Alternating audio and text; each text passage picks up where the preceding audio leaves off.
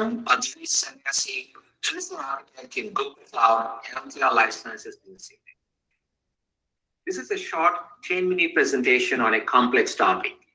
I'll walk you through many concepts quickly and added references at the end of the presentation for your further deep dive. In this session, we will talk about three things. First, example of ML, specifically deep learning on EHR data. Second, how to design a production-grade ML system. And third, discuss how EHR FHIR presentations helps in ML system design. Machine learning could be very effective in scaling and enhancing clinical and business expertise. For example, risk assessment can be determined manually by healthcare providers based on their professional expertise. But not every healthcare system or department can have access to that expertise. That expert may just see a couple of patients per day. Then experts may not have time to review and analyze a vast amount of information. So algorithm can help the experts make better and timely decisions. Because you are collecting so much data now as part of routine care, those routine care data could be utilized for actionable business and clinical predictions. Deep learning methods have some key benefits for healthcare data. First, researchers have proven that these methods are much more accurate than traditional statistical models used in healthcare today. With traditional models, 80% of the work is manually curated feature engineering. Deep learning methods do not require explicit feature creation. They can derive features from raw data. So you can now scale the model development work. Lastly, these methods are much more tolerant to missing and inaccurate information. Here I have two example papers that use deep learning on FHIR representation for various medical event prediction tasks.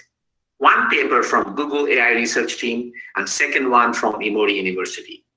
They substantiated the claims I made in previous slide. In addition, they described methods to explain the model output. So these models are explainable, interpretable, not black box model. The algorithm maintains interpretability by tracking and visualizing the top relevant features contributing to the prediction task.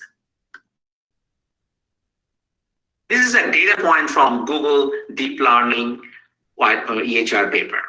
Instead of using few curated variables, it used 150,000 data points and achieved a remarkable predictive performance. Now the question is, how do I use these awesome models in real-time production environment? That is why ML system design comes into picture. To design an effective system, you must have a clarity on the problem you are solving. For example, if you want to predict the length of stay, you want to know which cohorts will use this model. All patients versus specific departments. The second, what is the prediction time? The admission time or 24 hours after admission? Lastly, what is the outcome of the prediction? Do you want a regression model or want a classification model?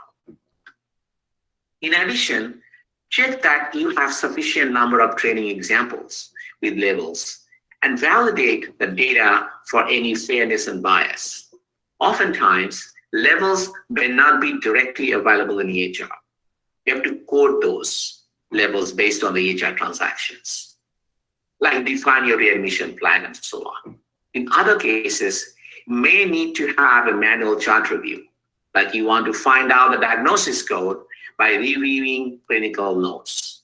In addition, see if you have to address rare conditions. In that scenario, you may have to collect additional data or create synthetic data. Second, have a clear success factor. Whether you are looking for 5% improvement or 50% improvement over current performance level, and what this improvement means to your business and clinical users. Lastly, understand how the predictions will integrate with the workflow, whether you can integrate with the current workflow or you need to redesign your workflow. But ML is not only about modeling. It may take you 3 weeks to create a model, but a year to implement the same model in production. This is one of the key reasons why we have so few ML models in production today. You need to apply software engineering, data lifecycle management, and UX design techniques to deploy a model in production settings. ML workload includes data integration, security and audited logging, pipeline versioning, automatic metadata tracking, and also so on and so forth. This is a reference architecture for model training based on TensorFlow TFX pipeline. When you are ready to go beyond a single model, or ready to put your amazing model to production, this type of architecture pattern will be very useful in accelerating those deployments. It has 3 major components. First, one, experimentation pipeline to explore your data and research new model. Second is training CI/CD pipeline. Once you have your model code ready, you want to test it out and promote the code to a target environment. And third is actual pipeline, actual training pipeline, where you train the model, do the validation, and then ultimately create the model registry. Lastly, I want to mention this ML metadata management, which keeps track of things such as which data sets are used for models and which models are created from a particular data sets, and so on. Next, you could use a similar architecture pattern for model deployment and serving. Once you have source code repository and model registry ready, you build a serving pipeline, run automated tests, and deploy the model in target environment. Then you feed the live data to generate the predictions and corresponding explanations. You also want to have a continuous model performance monitoring system to keep track of the deviations from the expected prediction performance. Now let's see how EHR FHIR representation can help in this system design.